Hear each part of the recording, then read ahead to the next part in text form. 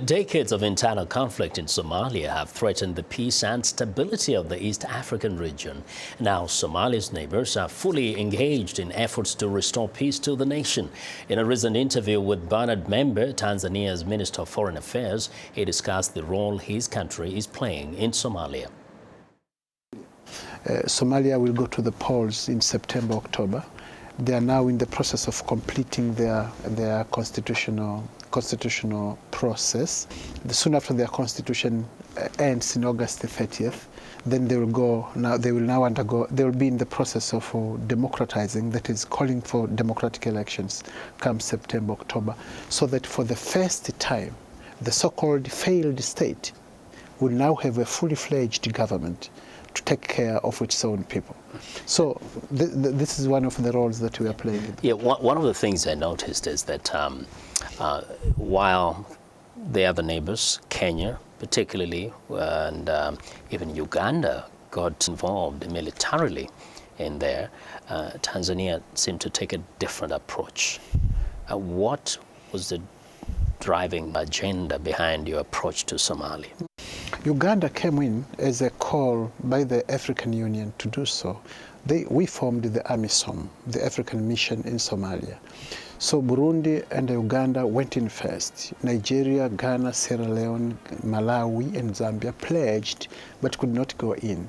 Why? Because the United Nations failed to play its role to make financial contributions to these countries. So it was Uganda and Burundi. They sent 8,500 troops in the ground. Kenya went there in response to the assault by the Al-Shabaabs.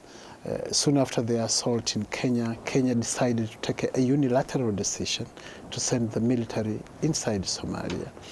And when they approached Tanzania, we said, get the mandate from the African Union or from the United Nations and a specific resolution which brings you in. If that mandate is given, then certainly you will find neighbors joining hands to come in. But until that mandate is given, it's so much of a problem for Tanzania to go in without any mandate from the international organization. Is it only the mandate, but also the fact that you don't feel immediately threatened? I mean, this neighbor, the immediate neighbor, Kenya, was assaulted. We do. We do. We do, because the Indian Ocean is accessible to all those people. But we thought that going inside Somalia, where there is a transitional federal government, where there is a constitutional process in the making, where there are Ugandans inside it, you needed a mandate because you need internal military coordination inside Somalia. In the absence of that, you create chaos. So am I hearing that there's some discord in the strategy of the East African nations in how to resolve some regional issues? Somehow so, but our approach is more scientific. We are saying, let us train the Somalis. We have offered to train 2,000 Somalis in Tanzania, because in the final analysis, the security of the Somalis must rest in the hands. So we have offered to train 2,000 Somalis inside Tanzania, so that later they can be sent back to Mogadishu and beyond to protect themselves. That is the approach that we are using.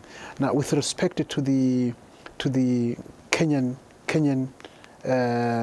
strategy, where they are already in, we think they are now coordinating their efforts with the AMISOM, so that they don't come into collision, which could spell disaster. And so the approach of Tanzania is to say, let us train these people so that they can govern themselves. But we can say safely that while you're trying to get these countries closer through the East African community framework, you still are not at a point where you have a common strategy. We are not in a common strategy, but we are not contradicting each other. We tolerate the AMISOM presence of Uganda inside Mogadishu. We tolerate the presence of the Kenyans inside Somalia, and they will definitely tolerate our approach to train the Somalis to take care of themselves. Well, that was Membe, Tanzania's Minister of Foreign Affairs, speaking with us here on In Focus.